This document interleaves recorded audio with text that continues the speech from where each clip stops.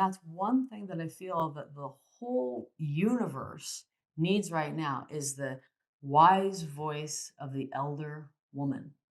The woman I'm interviewing today is the founder and creator of the Priestess Path Lineages of Light Mystery School. And she is my mystic mentor, Elizabeth Seraphine.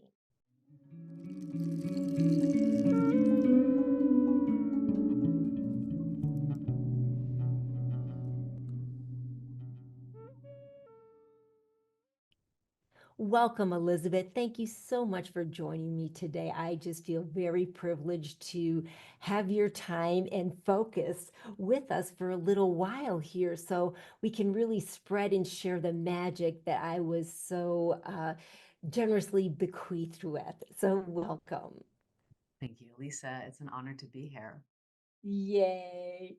So everybody now, my audience here, Elizabeth, is not going to be the women that you work with, the thousands and thousands of women's lives you've touched over the years. This is going to be kind of a new group. So I want to start back at the beginning and talk a little bit about, if you don't mind, sharing your story with everybody, because what I know to be true is that through our stories, through our struggles, through our challenges that we've met, that is where the gold comes out in our life. That's where we find our purpose, because we can't talk about things, or we shouldn't be talking about things that we don't know or haven't experienced.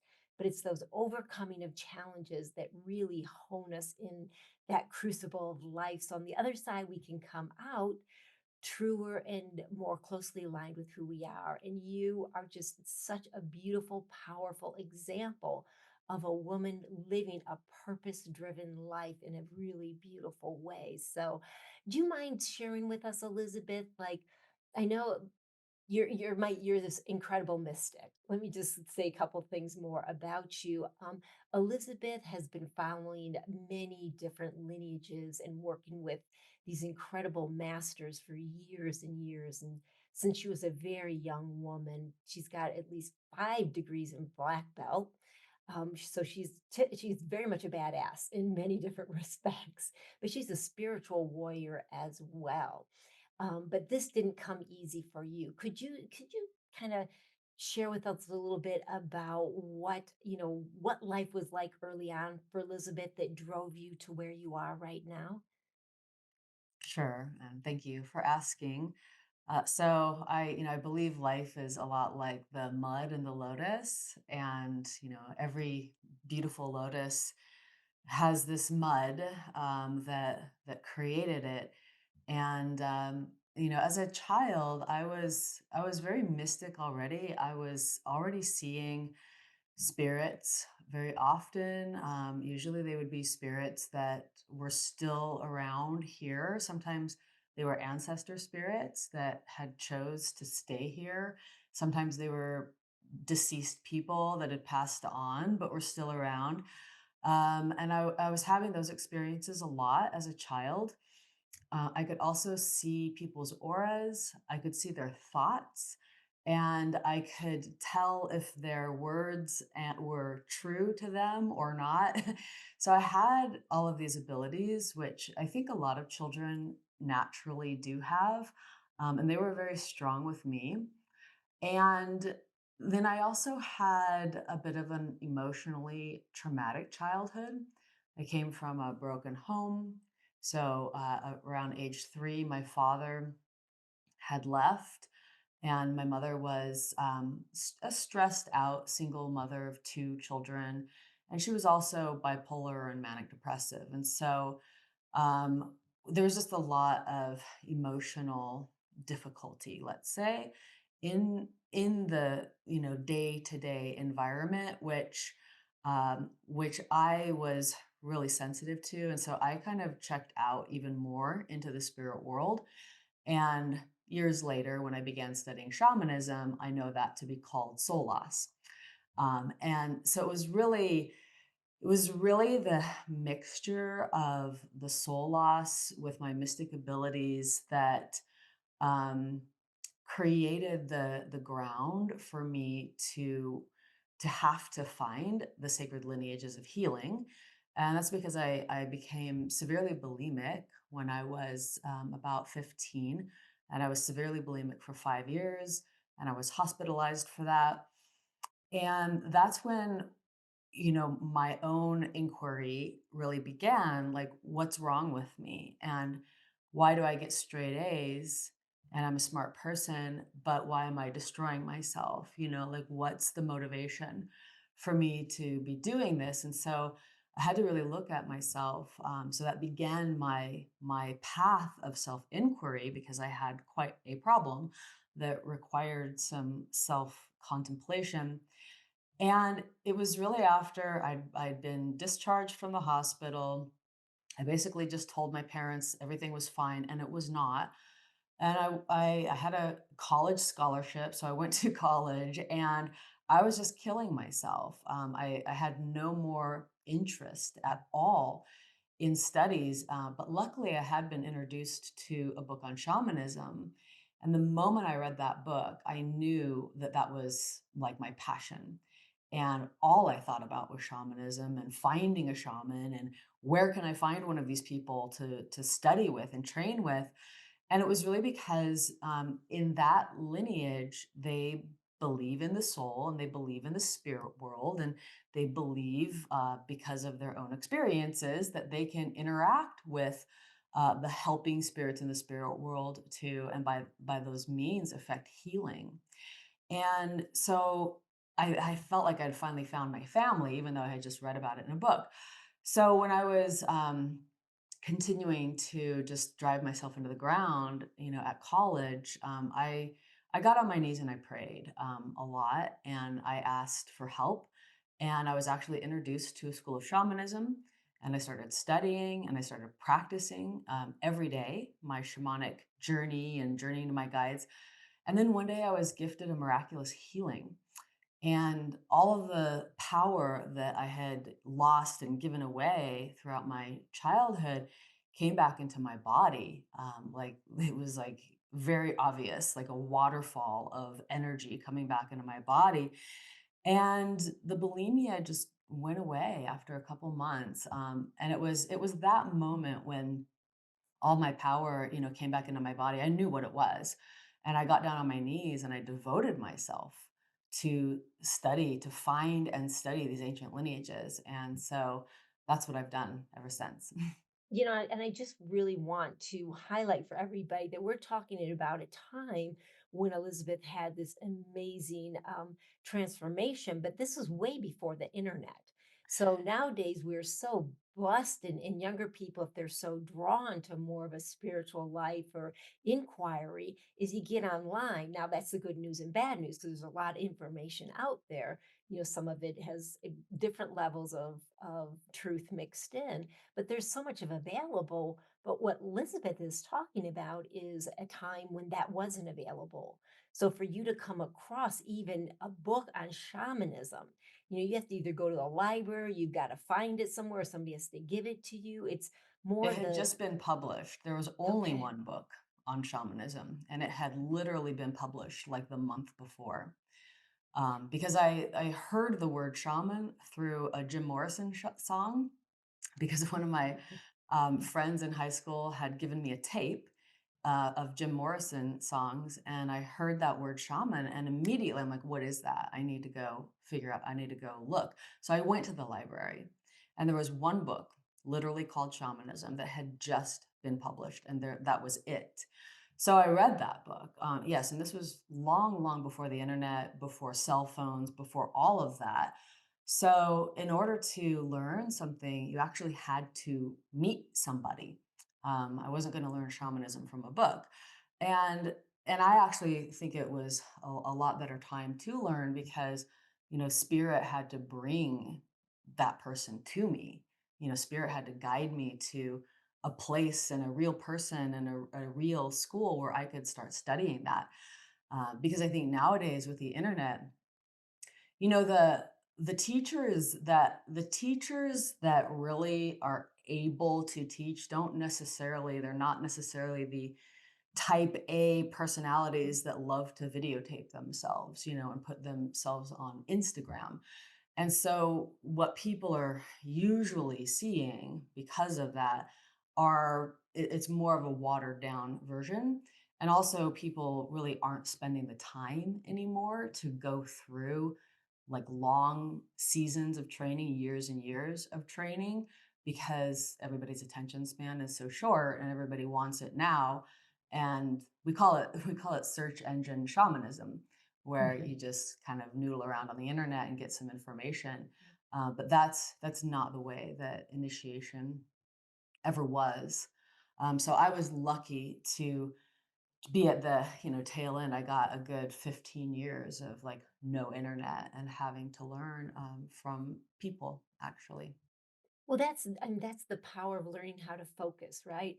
It's something I've been working with myself lately as I've been doing more and more videos and social media things to get the Rebel Crone message out there. Is that it's so scattering, so scattering of attention. And so lately my focus has been of how can I hone that back in. But could you talk to us a little bit more, Elizabeth, and share with us this experience of working with these masters, years and years of training in these lineages? Because most of us have not been drawn to that, have not been called to that. It's something, a very specific calling. So if you could kind of demystify the truth of it, because I trained with Elizabeth for a whole year. I was one of her apprentices. This was about a year ago, and it was an amazing experience. There's five of us working with her closely for a year. And that really opened up so much understanding for me about the lineages, what they're like, what they require, the discipline involved. And this was just barely touching the hem of that garment. But as a Western woman, some of it came quite shocking because we're used to a certain level of being and conducting ourselves, which would not be necessarily in the disciplined realm as far as what mastery requires in lineages. So, could you share with us a little bit about what that was like for you, being a Western woman, not at all indoctrinated in that, and coming into working with a master? Was that a shock? Did it come easy? What were some of the lessons? Could you share with us? So luckily, the universe brought me into a meeting with somebody teaching shamanism. And at the time, the only school in the West was the Foundation for Shamanic Studies, which was founded by Michael Harner, who was an anthropologist who happened to be stationed in the rainforests of Peru and learned with the Shipibo, Canibo, and the Jivaro down there. And they had not been really taken over by the conquistadors or proselytized, and so they maintained their lineage. And so that's why I call my studies the lineages of light, because to me the lineages of light are the contiguous lineages that have been they have thousands of years of a root, and they connect to creator, the light of creator, and they carry these like thousands of years of teaching. So Michael Harner was I call him the father of modern shamanism, and he became my teacher. And then his top student was Sandra Ingerman, and she became my teacher. So she was giving a workshop in my college town, and so I rode my 10-speed bicycle 10 miles one way. So it was like 20 miles, there and back to go to the workshop. And it was a 2-day workshop on the basic shamanic journey. So they had distilled these universal techniques from so Michael Harner really he distilled them. He also worked with the Tungus people in Siberia, and the word shaman is a Siberian word. It is a Tungus word. So everybody using the word shaman is using a Siberian word for who that person is that is able to alter their state of consciousness and go into the spirit world.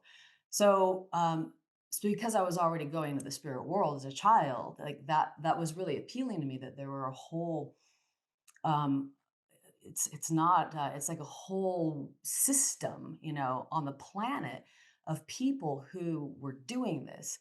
And so like I said, this is before the internet, so it wasn't like, there weren't a lot of shamans. There were hardly any, because the first bridge was Michael Harner anyway into the West. Honestly, we have like Mercy Iliade who talked about it, but the first person who really started to teach it, who was the bridge, was Michael Harner. And so luckily I was put into that mix. And it was the only school that I knew of. And so I was in there for about 10 years. And also because at the time there's no internet, there's no nothing. So when I got a tool, I just worked that tool for years and years and years, day after day after day. I did the same tool day after day after day. And that was the shamanic journey, meeting my guide and going to the spirit world and having a conversation. And so, what was really good is that because I wasn't overwhelmed by information, I would get a tool and then I would work it and work it and work it and work it until I got the next tool and I would work it and work it and work it. And so, for the first 10 years of my journey, I journeyed with the Foundation for Shamanic Studies, and that was until the universe brought me my second my second meeting and encounter, and that was with another school of shamanic medicine called the Deer Tribe.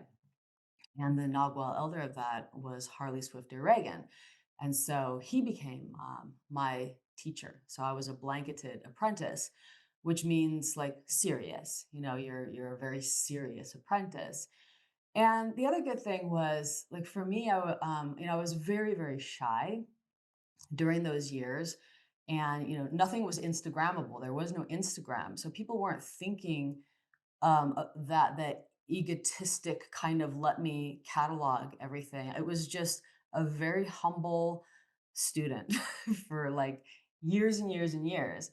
So the second school of medicine kind of bled into the third school, which was the martial arts, which I'm still involved in, but the martial art lineages. And so, every one of those lineages are different because there's usually somebody who's directing it, right? So Michael Harner was the director of the Foundation for Shamanic Studies, so it's going to have his personality and energy, which was super laid back,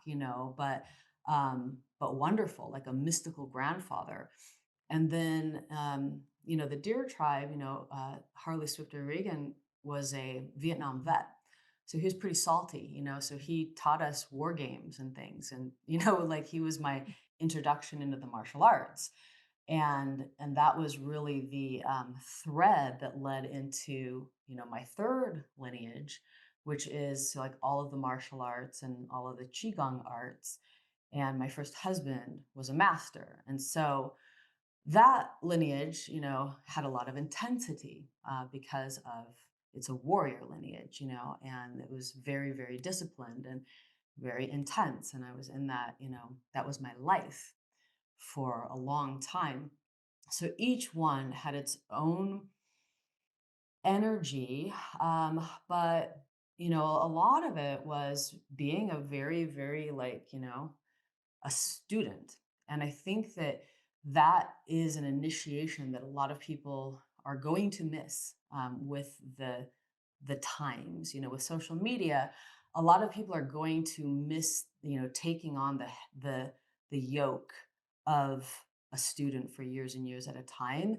And it is one of it's like the caterpillar and the butterfly. I do believe it's one of the things that makes a strong person, a strong teacher when you come out the end of it, because there's a lot of alchemy in being that respectful student and allowing time, allowing years and years and years and years. Not that it has to be that way, but there is definitely like a unique energy that comes from that. Um, and my teachers were very intense. Michael Harner, not so much, and Sandra Ingerman, they were like the easiest ones. But then they became very, very intense teachers, which was good because that's how you get results. You have somebody holding you accountable and, really holding you accountable to a level of like impeccability and mastery. So that's the benefit of really working with a mentor who has, really been mentored, right? That's the lineage. This is how the lineages get passed on from master to student. The student becomes a master and then, teaches other students and they become masters. And so this is how these contiguous lineages of mastery have been passed on, which I unfortunately think it's going to be much more hard to come by, much more watered down, and fewer people are going to be able to go through it because it's just not where we're at anymore. It's no, definitely not. Elizabeth, I wanted to back up just a minute and ask you about in your journey there with as far as like pulling together soul retrieval. It sounds like it was like a life and step after step of really gathering in the forces of you and honing you through discipline and hard work and focus. Was there like a pivotal point where you understood the other part of like the other side of that coin as far as being entrusted with this kind of knowledge, this kind of wisdom, and the kind of power that comes with it, that you're to be a teacher, there's something for you to pass on. Were you always aware of that, or was there a certain time when that flipped where you knew like your life purpose? Um, there was a sense of urgency of preserving things that I felt. I always had a sense that if some of these teachings weren't uh, kept going, they would die out. And so there was always like a passion inside of me um, that wanted to make sure that certain things stayed on the planet. And I didn't, you know, I had a vision really early on. It was when I was still very much bulimic, and I had just I spent like a year in college. I think I had just had like a one of my death experience. It was like maybe right before my death experience because that was like a huge pivotal moment for me. Um, and I was praying because I felt very out of control with my addiction. That's what happens with certain addictions, So it kind of gets the best of you at a certain point. You're like, uh oh, I think I have a problem. So I was really contemplating, I was praying, I was talking to God, and I connected to a part of myself that I hadn't met before, and I could see her, and she was very grounded, and she was strong, she was capable, and she was a healer, and I had a vision of her working with people, and I knew that to be me. That was the part of me that I wanted to cultivate, and I wanted to become her. And so I had that vision really early on, and that helped me um, to basically put a pin, across the great waters to somebody that I wanted to be. And that gave me like the fuel to go on that journey because I could tap in to my future self. So I always wanted to be a healer, and because I was so broken and I had so much soul loss and I was, bulimic and I was killing myself, and it was a real conflict because I was very smart, right? I was very capable and very smart. I was a national track runner and I had, a 4.3 GPA, and so that's really difficult when you have both of those things going on. And this is why I work, mostly with high achieving women because, we get each other, we like the high achieving woman is a certain kind of, there's a certain thing going on, a certain driving force there. And sometimes we have similar challenges as well. But yeah, so it was really important for me that I was able to tap into the healer part, because for me, in order to be if I could become a healer, that was my like fulfillment, right? Like that was the goal for me, was to become a healer. But I didn't know that I would like create an entire temple school. I didn't know that it would touch as many people as it has touched. I didn't really realize that it would kind of codify into the priestess energies as well. So I didn't know that. Let's talk a little bit about that, Elizabeth, because you haven't mentioned that yet. And I wanted to see how we are going to segue into, creating a temple, the priestess path, because that's something that's very, very foreign to most women in particular. What that is, and there's reasons why that's so foreign to us. Why we don't even know what is a priestess. We have some maybe Hollywood notions or some things we've read in fictional books, but the truth of that, can you share with us when you really started focusing in on the priestess way and creating something really, or say retrieving something that has been lost? Can you talk a little bit about that? Because I think that's the pivotal part of what you're doing nowadays, is that vision. Like, when it came to you, what does that mean? Well, there's two parts to that. And so, one thing that's important to note is that in today's climate and just being respectful. So, in all the lineages, like we're very respectful. There's a very very strong root of respect and integrity. And so, there's only certain lineages that are shared openly, honestly. And those are the ones that one would study with. As you know, today when people are so focused on the color of your skin and where your genetics come from, it is a reality. People are very focused on that. I see multiple lifetimes, but not everyone sees that kind of thing, and so we have to be respectful of that kind of climate. And so it's also really important that the lineage that a Western white woman would study in, those lineages are shared freely and openly. And so all the lineages that I've studied in, the rainforest shamanic lineages, like I said, the ones that were not taken over, let's say, by the Spaniards or proselytized by any kind of religion, they don't have the same wounding that a people, has if they have been sanitized, let's say. And so there's that aspect, that very real aspect of things. And so there are some lineages that they don't want to share their information, and we honor and we respect that.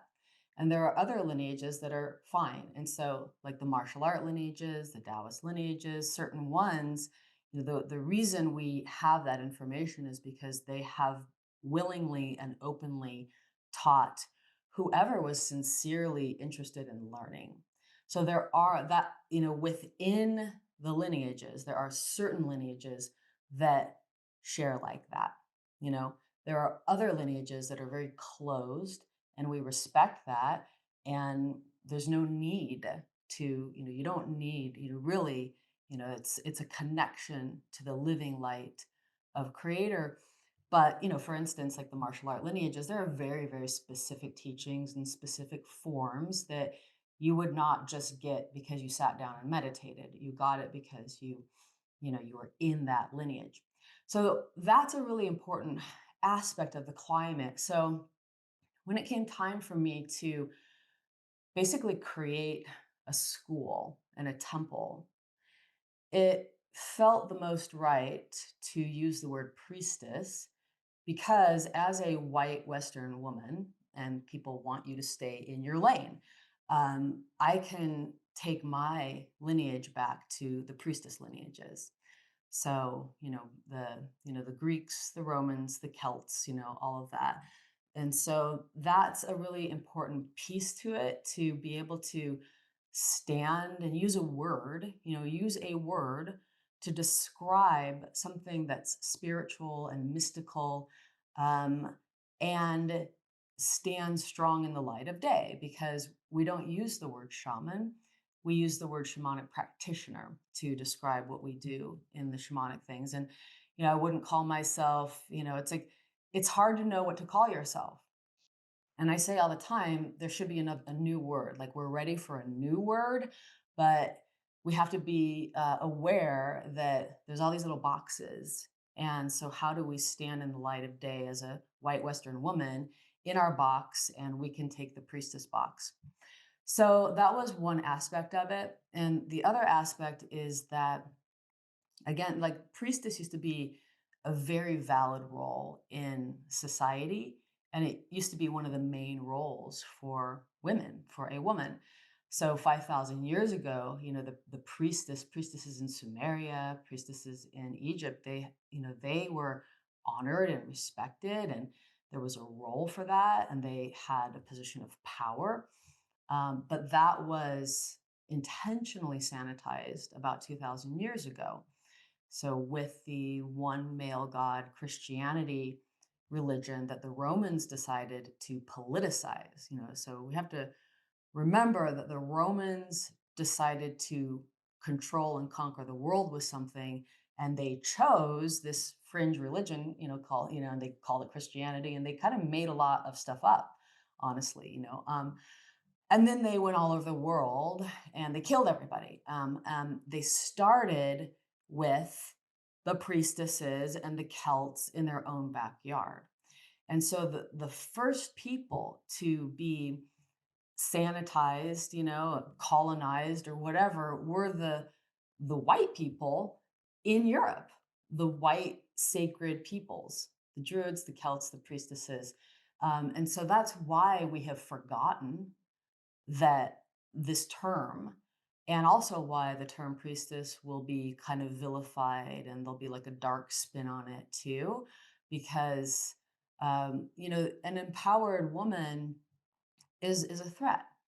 That's why women have been so suppressed for so long, is because there is this threatening energy to a woman who's not easily controlled. And Yeah. so it was also part of my calling that was specifically given to me by the goddess herself to help to return the sacred feminine.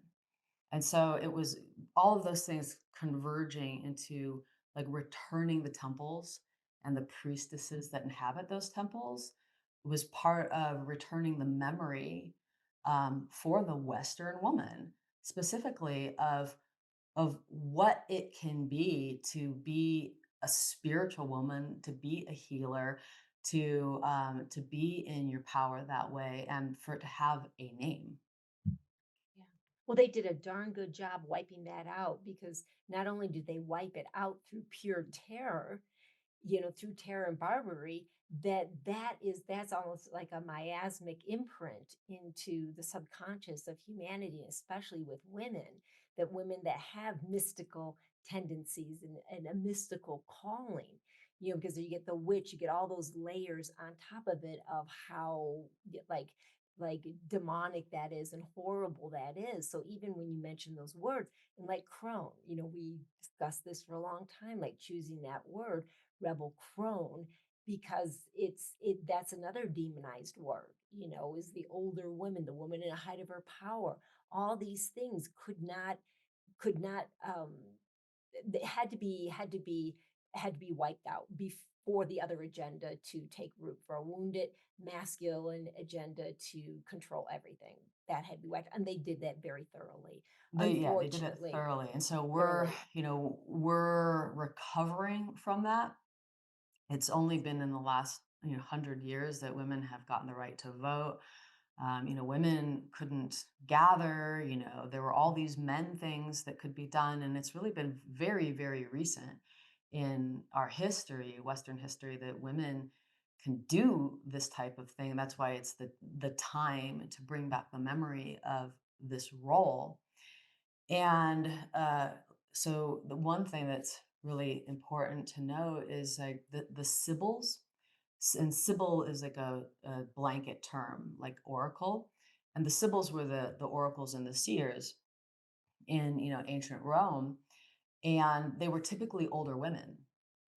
And it's just practical because a lot of times women are, they're having their children and they're taking care of their children. This is the natural thing. Before birth control, most women had children. And once you were done with all of that and the children were gone, and there's this other chapter of life, and that really is the crone chapter, where a woman is more free um, to delve into her own calling, she's done her service. And just like in India, the people do the household. It used to be this way, or that you would get done with the householder time, and then a lot of people would end up going to be yogis, both a man and a woman oftentimes. Now they have the time to put into themselves and their spirituality. So it's always been that way. And even the Roman government. So I was just in Rome about a year ago, and what's really interesting to see is that the place where the priestesses were, the Temple of Vesta, and where all of the Vestal priestesses lived, was right below the hill of the emperor. So the emperor could have like come out his back porch and yelled down to the priestess. And there was also a meeting room there at the end of the courtyard of the priestesses, where clearly, I mean, I just stood in there and it was just so obvious. I could just feel all of the imprints and all of the memories there. It was very clear that the emperor and his council would meet with definitely the high priestess and maybe a couple of them for counsel.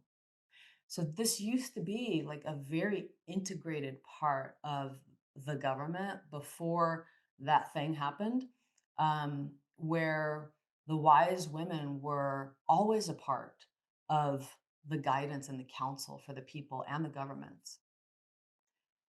Yes, And a lot of stuff, women won't let a lot of stuff happen. So the reason why all of that murder and killing could happen, and the reason why the men went all over the place and slaughtered indigenous people everywhere, was they weren't taking the counsel of the wise women, because a wise woman would never let that happen.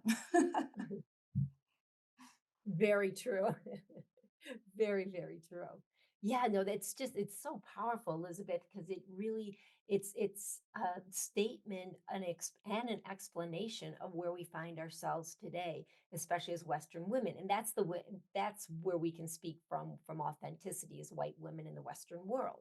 Now, I also share your belief in that I've been in many different avatars. I've had many different skin colors and genders throughout my incarnational experience. This one happens to be this. So this is where I am right now. So this is what I honor, and this is where I am to do my work. And likewise, where you're to do your work.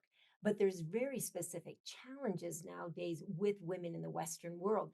There is really these incredible, I'd say, unholy pressures, unnatural pressures on us, based in where we've come from and what we've lost, what we've not just forgotten, but what has been ripped from the memory and the balance of humanity. So that was the one of the big things. Excuse me, I have to get a drink of water here. If there's anything to get choked up over, it would be that. You notice they come right in my throat chakra, talking about these things is very, very deep. Yes, and a lot of us Yeah. have, like you called it, the miasma. A lot of us have a memory, either a soul memory and definitely a genetic memory of the persecution of women, and especially the persecution of sacred women.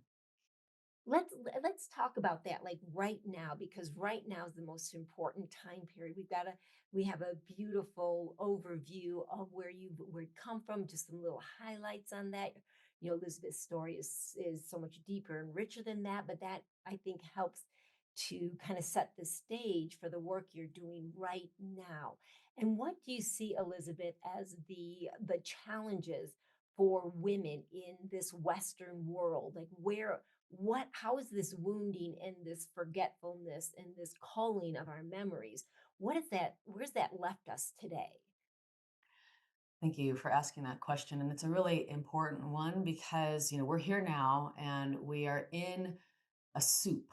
And the soup that we're in, because of the Western, we'll call it Western civilization, right? Like Western civilization is really spreading across the globe. And there's a Western lifestyle, like the 9 to 5 work style, or just the fact that people, one, live isolated in most. So the Western paradigm is you live very isolated, you make enough money by leaving your home. Like usually you have to leave your home to go make money. You make enough money to live alone in a big box.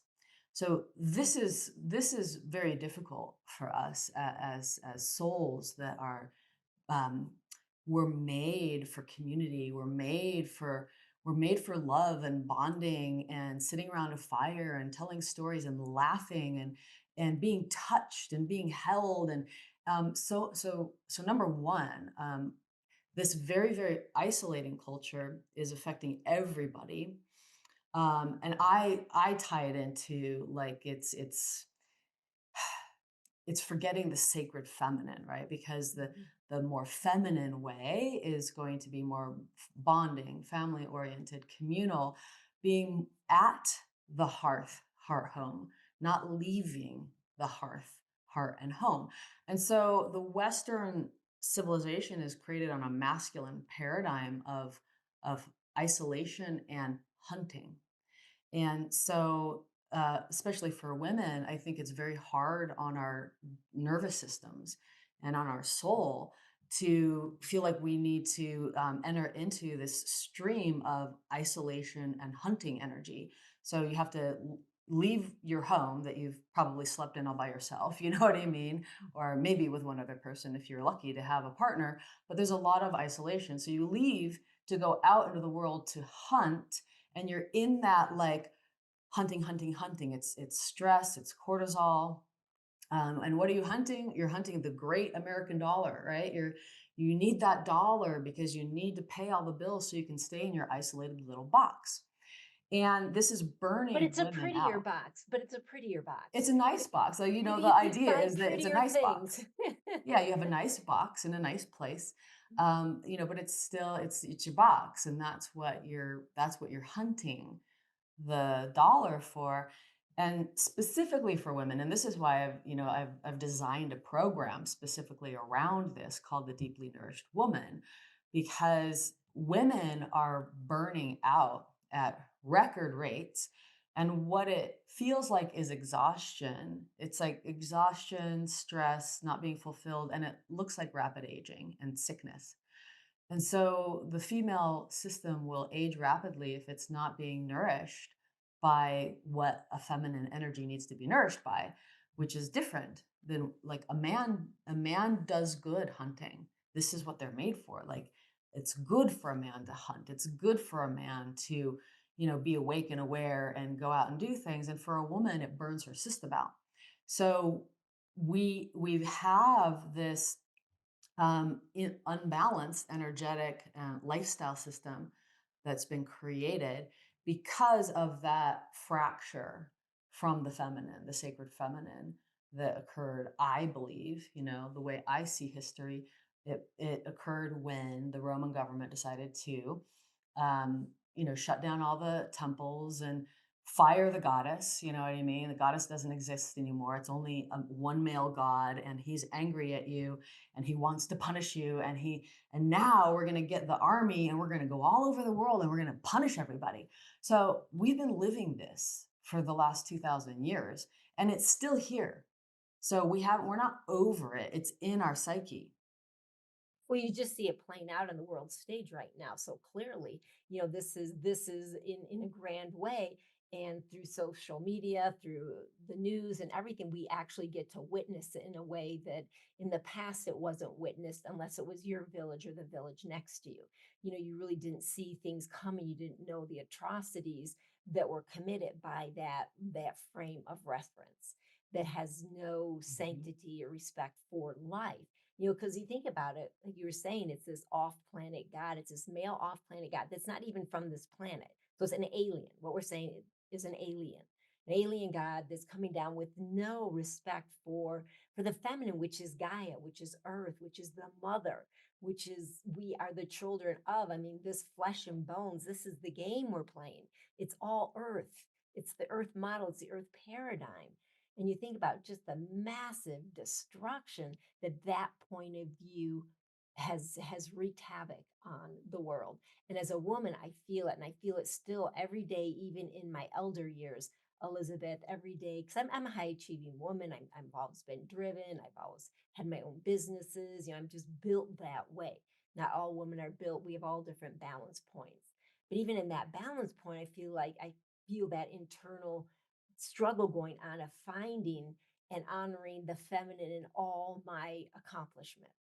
I know a lot of women out there, Mm. this is the challenge, is how can I accomplish as being a woman? If I'm feeling driven to accomplish out in the world and create something and give something, teach something, heal something, share something, have my imprint, share of self.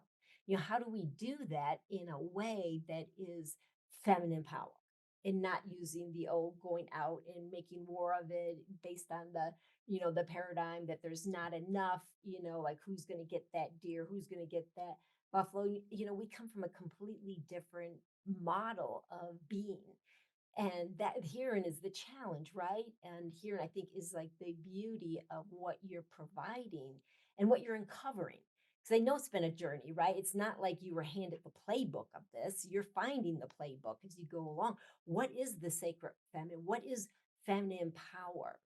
We just don't have that. We don't We're, see I that. say that we're resurrecting it. So yes, Yeah. there's no playbook. And even in the shamanic lineage that I've studied, the martial art lineages, there was no focus really on the sacred feminine. That's something I've had to download myself because it's been so sanitized from our world. And then with the feminist movement, there was a concerted effort. It was a program. It was like a kind of a social MK Ultra program to fracture the family even more, get that woman out of the house because you don't want a strong woman, raising those kids. You want her out there working, paying taxes, and you want those kids raised by the state. This is how you brainwash an entire culture and society. And so that paradigm is everywhere. Kids going to school. The very fact that children go to school is part of a social engineering paradigm where the children get to be programmed by the state. And then the woman has to go out and work and she's exhausted. She's not raising her kids anymore because the kids would then get culture and tradition and spirituality and all these things. Oh, So, they learn how to be a human, God forbid. mhm. You know? Yes, and so it's by design.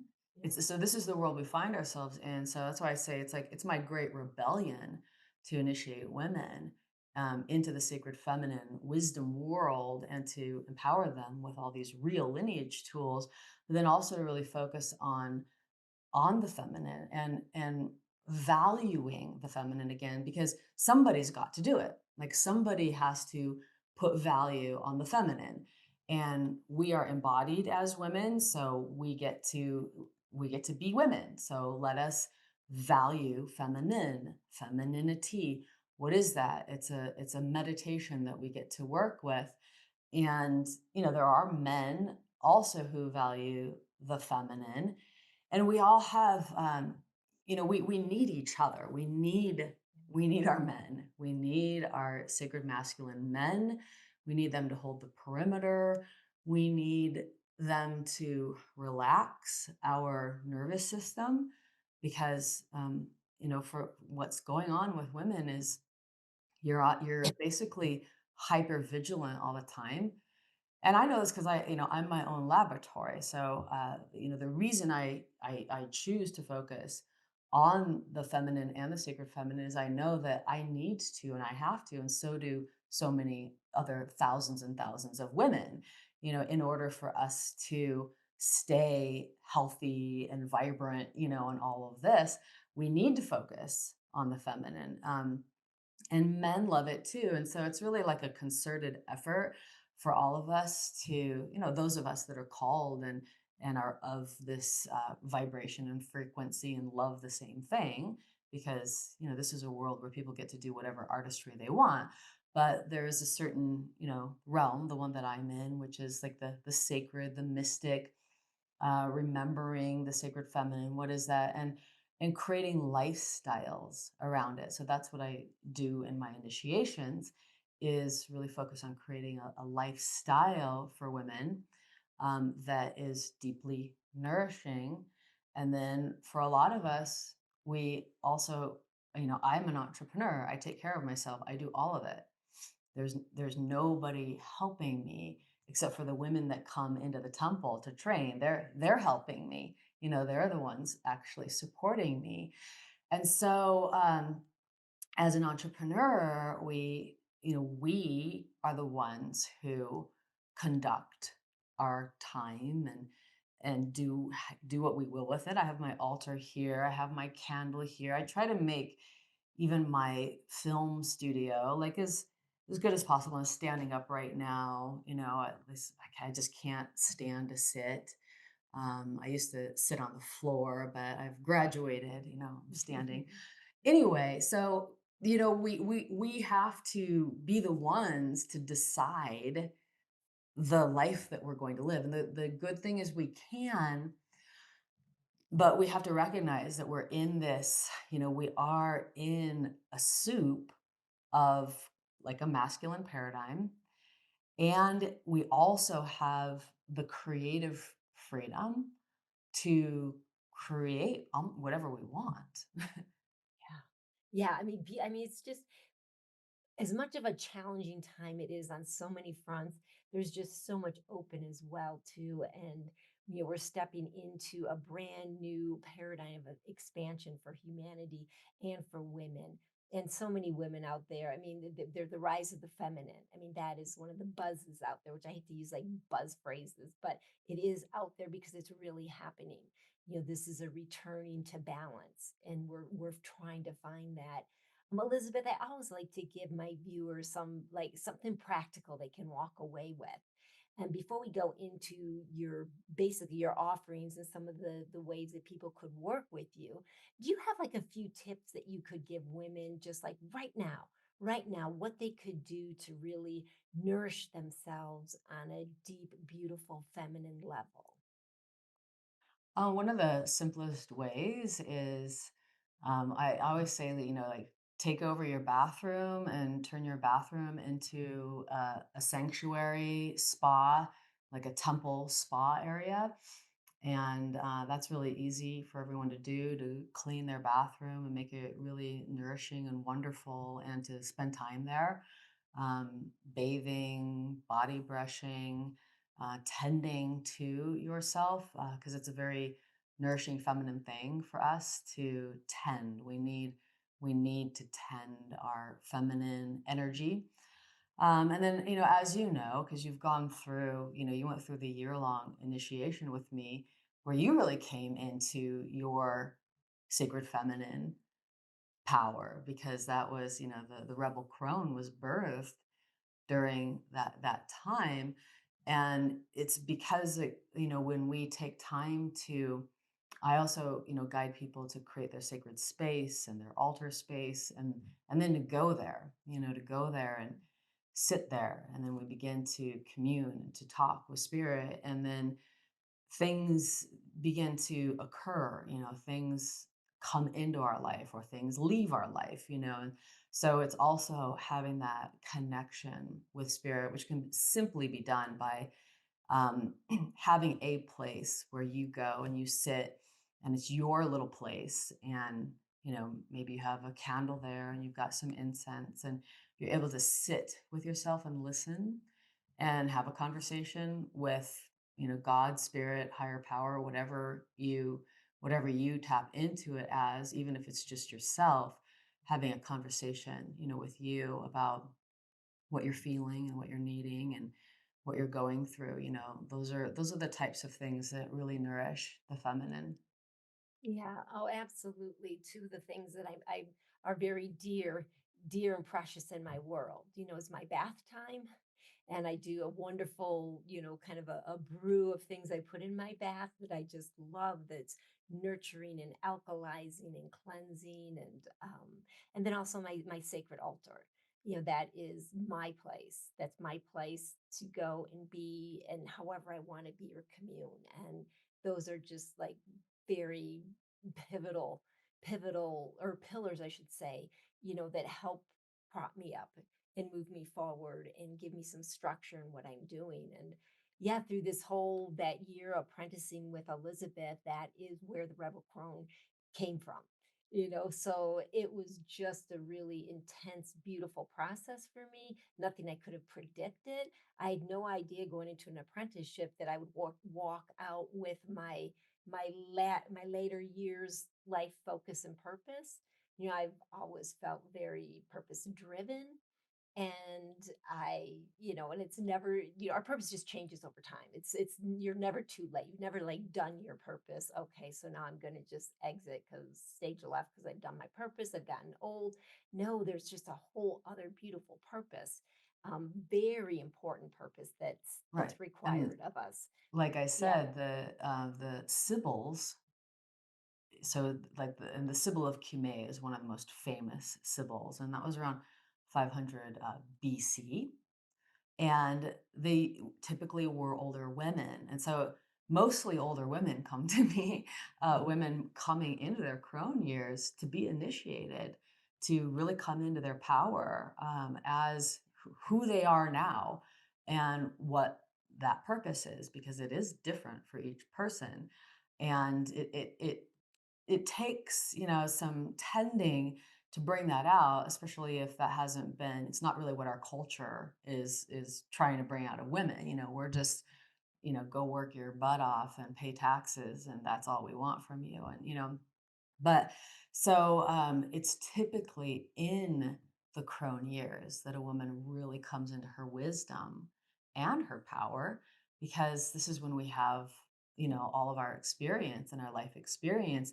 And it used to be that that was acknowledged. And so the older women are typically the ones. And like I said, they're the ones that I work with the most. I work with women going into their crone years because that's what they're wanting. They're like, what is it now? And the ones that are of the healer, leader, you have a mission, you have something that, that's my specialty. Hmm. I love it. I'm proof of the pudding there. You are You proof know, of it. Yeah, we I'm had proof no of it. idea. We had, Yeah. and the neat thing is that like you came in, you didn't really have an expectation. You just knew you needed to be there. And that's usually the feeling of most of the women that come in. They're like, I just know I need to be here. I don't know what is going to go on. And neither do I, because it's like a birth. I don't know what's going to come out, and for you, it was this beautiful thing, and you're on fire. I feel the flames, girl. The flames that enrich and the flames that burn too. And every day is finding that beautiful balance and using those flames, to propel me forward, in a really beautiful way. But there's just not a pathway right now that's been established, for women coming into a place of leadership, coming to a place whether you're teaching, healing, or any of the beautiful feminine arts. There's just not a lot of playbook of how we can do this in a balanced, powerful way.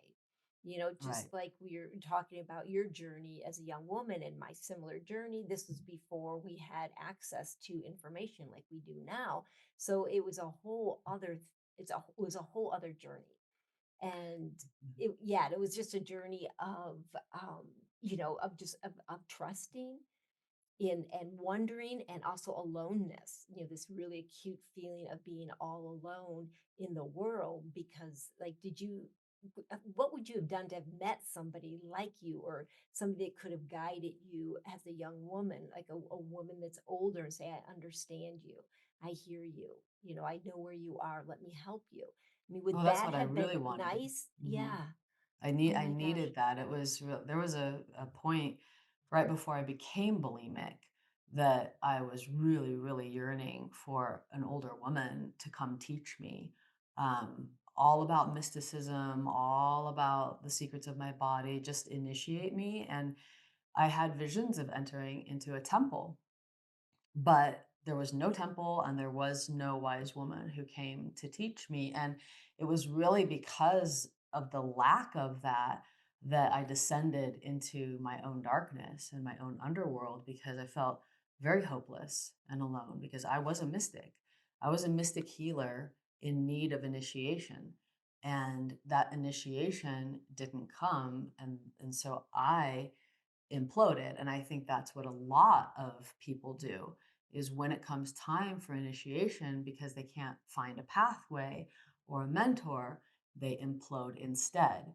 And so that's why I created the temple that I created now because um, I created the temple I yearned for, and I Mhm. became the mentor that I wanted when I was 14. Yeah. Yeah, I understand that I had to be my own mentor and to find my own pathways to really carve through. And even though there's so much more information available nowadays, the journey's still the same. I think even with all this busyness and all that's available, people, women in particular, are still living a quiet lives of desperation. Because where's the meaning in that? The only way that we feel really the fulfillment is having like a deep, for me, that tethered meaning into my higher self and into my soul and into my understanding who I am in my own expression. I can be all alone, but if I'm like tethered to that, then I have a feeling of being fulfilled. And it's just so important as part of the work that I'm doing now too, is with older women, is just helping to, have them step in a position where they can reach a hand down and they can, it's like the bringing the old village back, where we can help younger women. And we just need more of us coming into this place of love and compassion for our younger sisters because they have it in a different way. They're messed up. You know, they've got all this false narrative of what being a feminine, but being a female is. They through media, through magazines and social media, and it's ah, just such I think it's a negative lot influence. harder today. I'm really Yeah. glad that I didn't grow up, as a woman, a young woman in the age of social media, because it's so addicting, and everyone's in there. And I recently met a young woman who is she was a lot like me when I was younger and really into, the mystical and the spiritual. And she's really, really confused because she says she goes to Instagram for her education.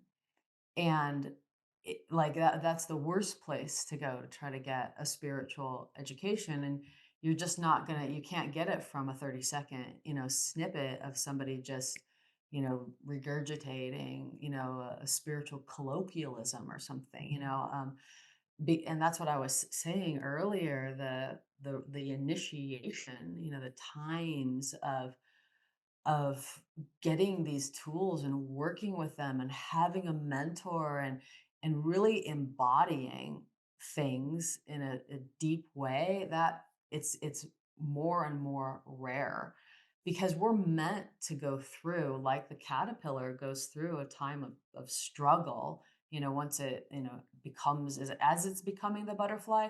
The struggle pushes all of the juice out to the wings, and that's what makes big beautiful wings, is a period of time of that struggle. And that's what initiation is supposed to be. It's supposed to be a period of time where you're working and you're working with like those imaginal cells. That's what a good mentor will be. It'll be able to help direct the imaginal cells because the imaginal cells are building a whole new creature called a butterfly. And so that beautiful, beautiful sacred relationship, between teacher, and student is one of those things that the younger generations, they don't have the attention span for it because of what social media has done to everybody, nor do they have really oftentimes access to even a good teacher, and all of that. There's a lot of watered down stuff. So it's a hard climate, and I can't imagine, how difficult. I'm so happy that like there was absolutely no internet, there were no phones, there were no cell phones. I mean, it was face to face because there's just a slowness to it, and if I had social media, I would have been really distracted. Well, there's this whole the whole aspect of human to human connection. with our energies merging, we're not just little isolated bubbles. And only when we're together in the same room interacting do we have this energy dance. And then we learn about, energy dances. What dance do we want to have? What dance do we not want to have? We learn how to discern that. There's so many things, that skills we hone from it, that when you're devoid of that and you're just sitting next to the person, but you're texting because you can't make eye contact and talk, so you're not comfortable with it. I mean, just think about that. It's like making people into automatons, little robotic people that are just isolated into mind and thinking and no, physical interaction. And it's just a very dark agenda that's being played out right now, very, very specifically. And my listeners will be savvy to this, that there's been a whole agenda of this separation, isolation, blowing the family apart, blowing the village apart, taking the elders, kicking them out of the out of the community. They're not needed, kicking women to the periphery. It's just all these things. Oh my God, we just go on with just about Right, and everything now in the it's world. inside of, the soul, because social media, that's like the astral plane almost. It's sucking people's souls out of their body into the mental plane, Yeah. so they're not here anymore. It's almost like they're disembodied. Talk about soul loss. There's a lot of soul loss Yeah. and mental loss, because they're living a life, and sometimes more of their life, in this disembodied arena. I did a video a couple weeks ago called AI versus II, has an infinite innate intelligence versus AI intelligence. And I diagram it out on my little whiteboard that, AI, we have to be very clear that this is the machinations of men's mind realm. It's just the mind realm of men. The best they can come up with, all the information fed in there, you can draw off that. Great. Just know that's what you're drawing off of. But the real game, the real dance is played with between us and infinite intelligence, all that is. And that's the channel we're to hone. That's the muscles we're to build, is that connection.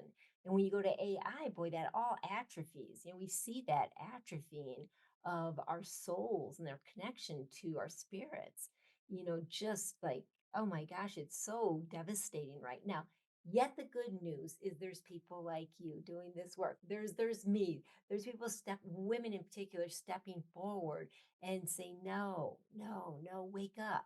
Remember. Let's remember. Let's bring the members back of the soul and the tribe of humanity.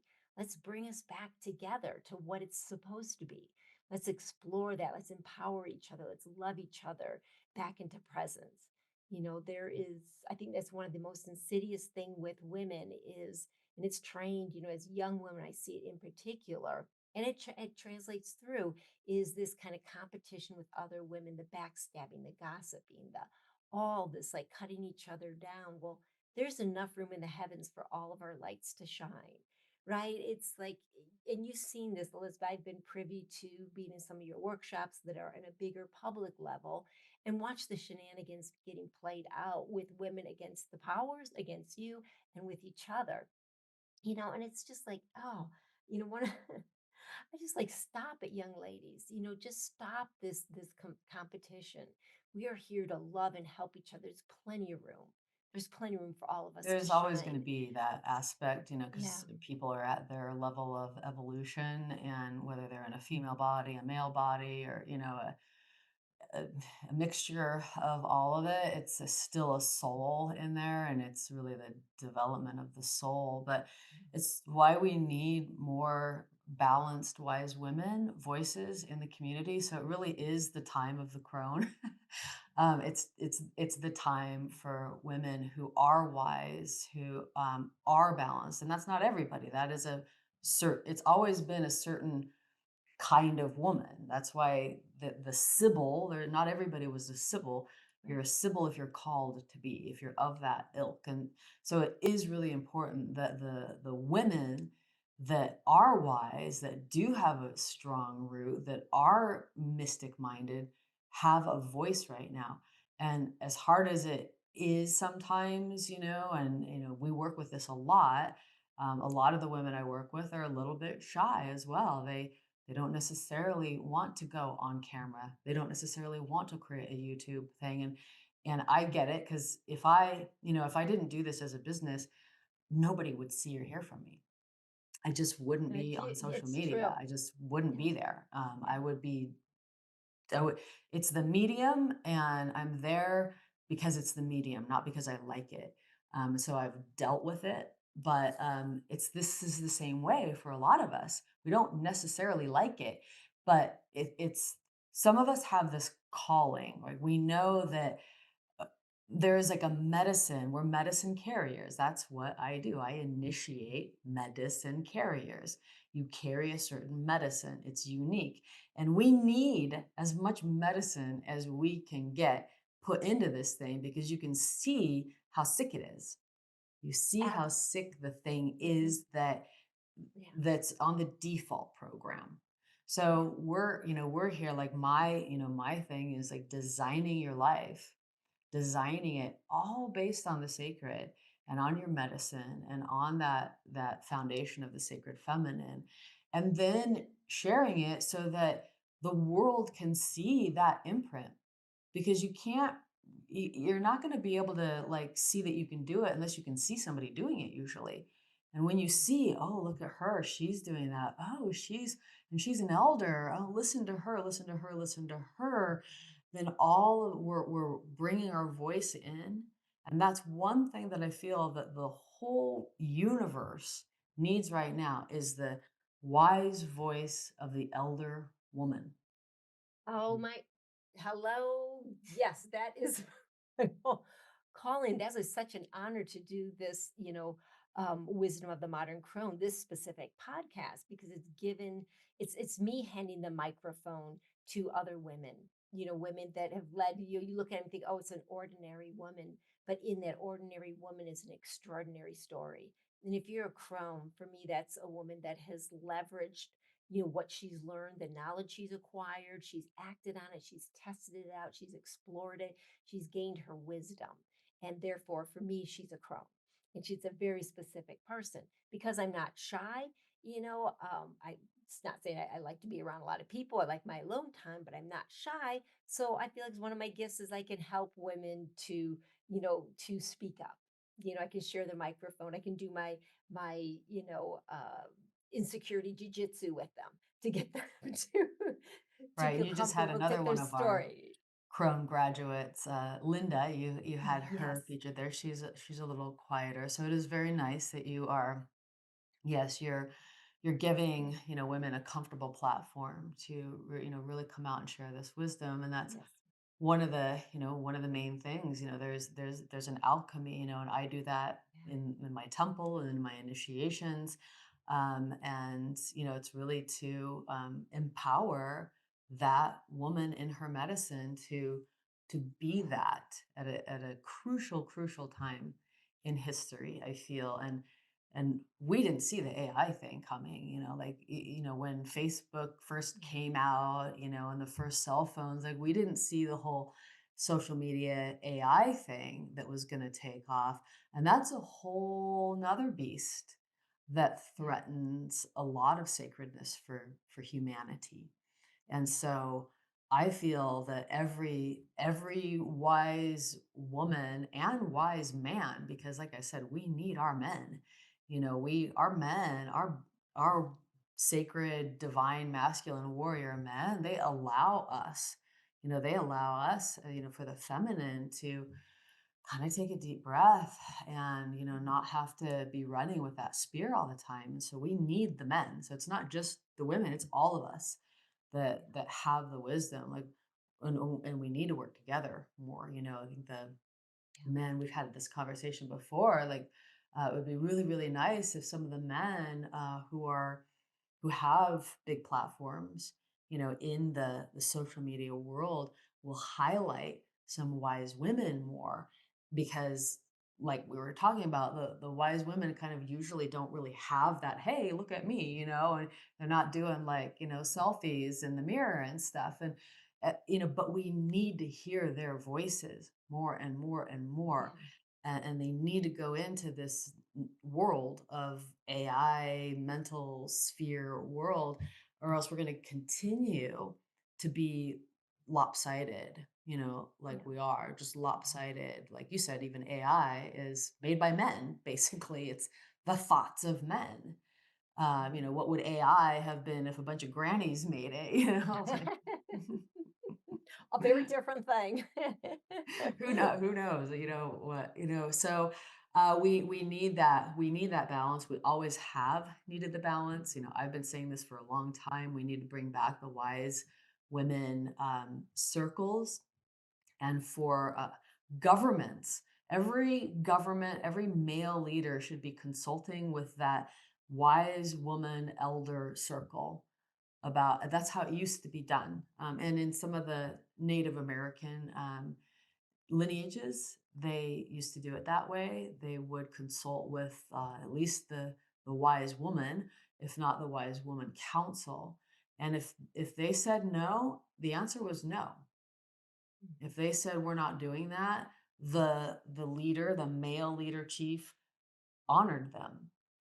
And so we there would not be a genocide going on if any of those men were taking counsel by wise women. Not every woman, because some women aren't wise. That's just the way of it. Right. Wise, grounded women, elders. Yep. We need this. So We this is do. we need everyone that we can. So, you went through the incubator, you came out, and now you're going to be empowering more and more wise women, so we just need more of this. Absolutely. We so do. Oh my gosh. Elizabeth, would you share a little bit with everybody if they want to reach out and connect with you, some of your programs that are available right now? And then I'll also add the links on the description of this so people can quickly find you. God So yeah, forbid they got to there's a search. few links. There's a few like free things I can share, which are just nice little presents, and you can put the link below. But one of them is a bathing ritual. So if you want something just really sweet to take care of your spirit and your feminine body, I have a bathing ritual. I also have a free PDF on power, and it's really about the shamanic viewpoint of power and how we lose it and how we bring it back. So you can sign in and get a free PDF. And then right now, what I'm focusing on is my year-long program, where the one that you went through. That's where I really transfer my life's work. Inside of a temple setting and a sacred ceremonial setting, and that's really the incubator for it's for that medicine woman to show up, and to come out into the world. So it's really like a birthing center for the wise woman. So that's what I'm focusing on. And also, you have a YouTube channel that I know you're now putting more energy into. Yeah, a YouTube Yeah, channel. that's not your favorite thing, but you are looking to build that. So is it under Priestess Path Lineage of Light or is it No, it's under just my Elizabeth's? name, Okay, Elizabeth Seraphine. okay. And so you can, yeah, yep, go to my YouTube I'll put channel a if you link. want to like and subscribe, please. Yes, I am putting Yeah. more energy there because for years and years and years, I have, I've done my work in the inner sanctum. I am not a type A personality. And also the nature of the work I do, I prefer most of it to it's initiatic, and so it's in membership portals. I have thousands of hours of my work in membership portals, but very little of it actually out in the public. And that's because, like I said, the message I am hearing is we need a lot of voices. We can't just have people connecting to the loudest voices out there. We need our wise woman, Glamorous, flashy, just all the the things that, yeah, narcissists, because yeah. the world rewards the narcissists, social media rewards the narcissist, type of personality, which isn't necessarily always the most balanced and either. And so, a lot of us would just stay in the shadows because it's not, we didn't grow up with this, Yeah. medium at all. This is something we've had to choose to do. And certain personality types, not everybody who's, obviously sharing in social media as a narcissist, but it's just, Right. it does require a little bit of allowing yourself to be seen.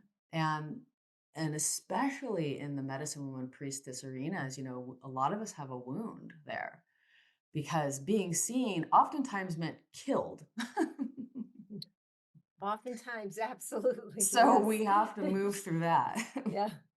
Oh, for sure, and yeah, there's, like, so many things that I hope you come back, we can talk more about stuff because I there's so know we many could talk different things. forever. We have to cut it off somewhere. We're gonna cut it Um, out somewhere because I have all these other doors opening up that I wanna go into with you, but I think this suffices for day. I really wanted to introduce you, Elizabeth, to my community.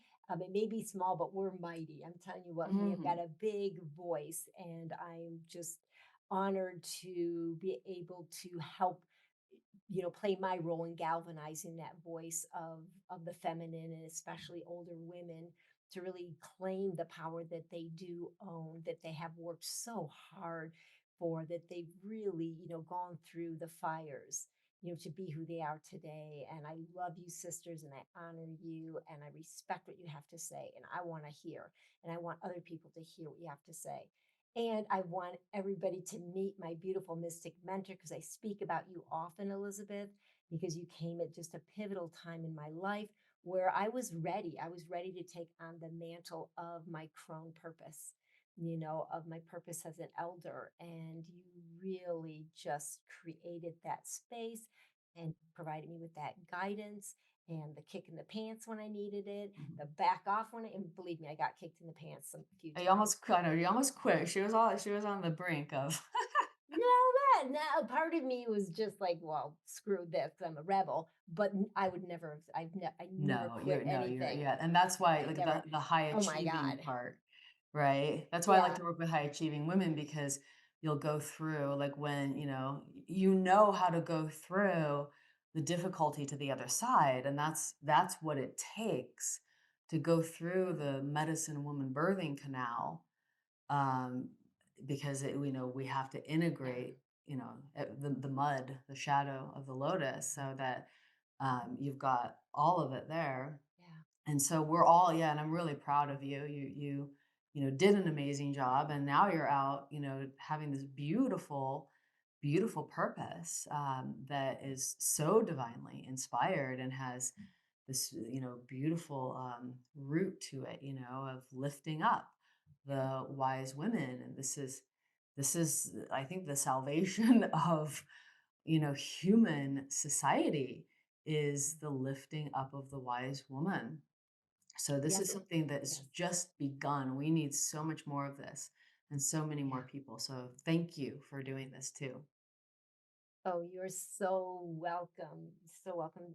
Thank you, Elizabeth, for all that you are and all that has gone into being the woman you are today, that has helped women like me and all the other thousands of women that you're helping in various ways and various levels. I know that those gifts didn't come, on a silver platter of luxury and ease. These were battles that you fought and you honed, and the bigger the gifts, the bigger the battles we have to go through sometimes. And that would be a message I'd like to share with everybody too, if you don't mind, Elizabeth, is that you may think you're in like the heat of it right now and things look really dark and they're really tough, but you know what, this is the honing the gold of who you are and your purpose. And there's people out there, there's mentors out there, you can find Right. them. And the way I look at it, because this is my way, the way of the Yeah, wounded healer. And you've heard me say this a million times that, your medicine, the way you become a medicine carrier is you had to doctor yourself. You needed medicine for something, and it's within the laboratory of your own soul. And so this is how we're guided to it. So you need to heal something in yourself. You figure out what that medicine is. Now you become the medicine carrier. And so if we look at our challenges, and our wounds and whatever that way, knowing that as you doctor it, you're putting all of that wisdom into your pouch, into your medicine pouch. And when you have completed your journey there, you are now the medicine carrier of that particular thing. And so this is how we become that wise woman. So every Yeah. woman has medicine and their own unique medicine. And that's what's really fun to look at. And it's really important that we can see our struggles that way so we don't feel that we're broken, or I shouldn't be having this struggle. I should be, and I fall into this a lot. I should be stronger than that, right? I should already be walking through walls and have no problems whatsoever. So I think it's also important that we reframe what our challenges are and know that they are the seeds of our medicine. Yeah. Yeah, absolutely. Oh my gosh. I think practice graciousness. I believe in part of a woman's power is grace and graciousness with others, but it has to start with yourself first, right? And just know that, you hearing somebody as beautiful masters in Elizabeth saying that she has her challenges with that still. I still face those things of being gracious and loving and kind to myself and granting myself that, the spaciousness, to be in my fullness, shadows and light and all this beautiful dance. But in the end of the day, I know what voice is gonna control the day. That's gonna be my higher voice is gonna set the tone for it. Yeah. And And that's so important to yeah, know that, we have so we can feed that part of ourselves. We call it saddling the wisdom mind. So in the martial art Taoist traditions, we say chain the monkey mind to a tree and saddle the wisdom mind, because the mm, wisdom part of ourself is like a horse. And we have that, we have a monkey mind. Every single person does. And in the Taoist traditions, like, we just know that, and you're not really free of it. You just know how to chain it to a tree while you're like, hey, I'm going to train now. So, you've identified it. But if you don't Mhm. identify it, it's just running in the back. It's running the background, Right, of your thoughts. But when you know what it is, like, oh, that's a monkey mind. That's what's playing out. It's so important, you know. right. Because there's this idea that, like, once you get to a certain level, like, you're beyond certain things. And I don't think you ever get beyond your humanity. And there's just new stuff, there's every season has a new challenge and certain relations, and you're in new territory all the time as you're sailing the ship of your life. And so this idea that, like, you're done at a certain point in time, or you've arrived, like, I haven't really arrived. Like, I'm just still traveling is what it feels like. I have a lot of medicine because I've done a lot of things and I've, solved a lot of problems. So I've got like a really big medicine basket, but I'm still just a human being, still struggles, still have problems, and I just, I just But you keep. have these incredible tools and this incredible, how to drive the machine of you. You understand how your vehicle is to be driven at a high level of function. Is it the highest level? Is there any end to it? No, we have infinity, right? To keep exploring how to drive different vehicles and be, but I feel like you're very high functioning High because you functioning. understand, Yeah, yeah. but you still have to go through the same terrains and stuff, but you can just do it more Mhm. I and do it swiftly. despite, and that's important. So that's why, like, I work with a lot of high functioning women, and high functioning women are human beings as well, and we all have challenges too. And so, we can still be very whatever we call successful in so many different areas, which is and have challenges too, because we're feeding a certain part of ourself, and we're understanding that there's always a little something you're nursing. You're Yeah. nursing a part of yourself. We're on an eternal journey here anyway, and it's all of these things. These are all the teachings and the tools of a medicine woman, and that's what my whole life's purpose is about, is returning that role for real, what it really means, with real tools, real teachings, real wisdom, and creating a school for that, so that other women, if they're interested in that. They don't have to take 35 years like I did. I mean, that's no one's going to do it. And it's highly impractical to quit college, right? To live in a plywood shack for years at a time so that, I would just focus on the medicine and on the medicine journey, so I can compress that 35 years and just distill, okay, this tool, this teaching. So that's the benefit of working with people who have, years of something that they've studied, like you have, and that's why, we distill it, and then we can compress that learning curve for the people that we work with. And make it relevant to right now because it is a very different time. It's a very Yes, it's different not time to 5,000 years yeah, ago. It's or now. even, Mhm. 50 years ago, 60 years ago, whenever, we were growing up, it's just such a different time and different tools are required right now. And that I think is the beauty and the power of what you're doing is you've taken all these lineages, all these years of discipline, mastery and stuff. And it's like, well, how can I, it's that's not the important point. The important point is how can I bequeath that to other women?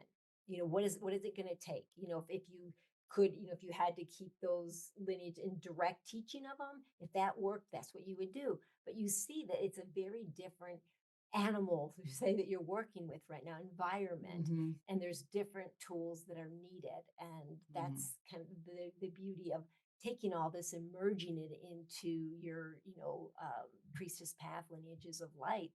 This is a mystery school that has tethered to all this beautiful wisdom that's Right. thousands of years old, but it's Mhm. relevant right now. It's just as relevant then, but it just is delivered in a different way because it's a little different Yeah, medicine it's now. an essence, Yeah. I distill from them because, like I have 5 black belts. No one comes to me to get 5 black belts, but from that experience that I have, I will distill certain teachings and just give the essence of that teaching. But it took me, years and years and years and years to get it myself. But so what I do is there's certain medicines for certain things, and Mhm. whoever I'm working with, we always work with the North Star, what their purpose is for them, what they are going for, and then there's certain things like rungs of a ladder, and sometimes people open up into things that they never even knew existed, like Linda. She, Yeah. I encouraged Our her plant to whisperer. I speak to call her the plant plants, plant right? whisperer. Yes. She didn't know that she could do that. And so she opened up to that ability. And just that one thing has flowered into her purpose. So she doesn't have a black belt, right? She didn't come for that. But even in her education, she got some of the distilled wisdom from that lineage. Yeah. So Yeah, beautiful, yeah. beautiful. Oh, I love it. Thank you, Elizabeth, so much. I am just blessed to have you in my world as a dear friend and as my mentor, and just this courageous guidepost. You've been in my life. So thank you for all of that. And thank you for coming on today, this channel, and just sharing yourself with a whole bunch of new people. A whole bunch of new people get to discover Elizabeth Seraphine. Oh, So yeah, so if anyone does, if anyone listening is interested in that incubator, which is what it is. It's a temple school for wisdom, women mostly. Although I am open to a man, a man could highly benefit from it. But if you are interested in that, you can reach out on my website. There's a contact form.